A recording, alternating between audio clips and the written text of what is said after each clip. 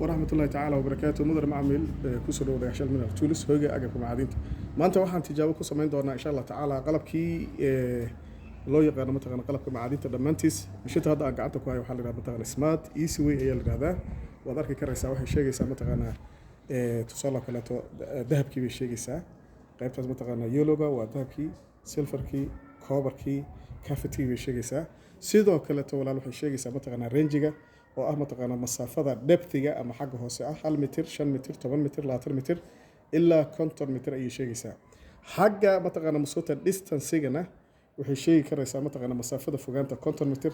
100 200 300 500 mitir ayay gaarta karaysaa insha Allah taala haddaba mishintan qaabkaas u sameysanta wada arkaysaa kana waxa uu mataqaanaa waa main unit-kii hadda gacanta ku hayo kanana waxa uu mataqaanaa masota waa radarkii iyo mataqaanaa masota alaabteedii loogu talagalay haddaba mashiintii baan rabnaa inaan tijaabino maanta waxaan ku tijaabino aan haysanana waxaa weeye mataqaanaa masota waa dahabkaas biyuurka waad arki karaysaan insha Allah taala waad aragtaan dahab ayaan halkaa ku haysanaa si fiican baad u arki karaysaan insha Allah taala waka haddaba waxaan rabnaa marka inaan dahabkaas insha Allah taala aragteen aan ku tijaabino waxaan samayn doonaa marka shaqadii baan bilaabi doonaa haddii ilaahay insha Allah taala halkan waa powerkii baan shidi doonaa insha Allah taala waa inuu barkaas shidmo halkan waxaan ka aragnaa guduudkaas ama casaankaas inuu noo shidan yahay kadib waxaan dooran doonaa mataqaanaa depth-gii ayaan dooran doonaa depth-ga maxaa laga wadaa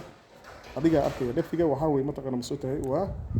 mataqaanaa masootahay depth-ga waa 1 mitir ilaa 50 mitir waxaan geysan doonaa marka 5 mitir oo kale aan geysan doonaa 10 mitir oo kale aan geysan doonaa waa ka soconaya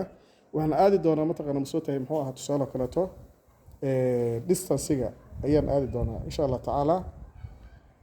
distance-ga ayaan aadi doonaa oo mataqaanaa masootahay range-ga ayaan aadi doonaa waa 50 mitir 100 mitir 200 mitir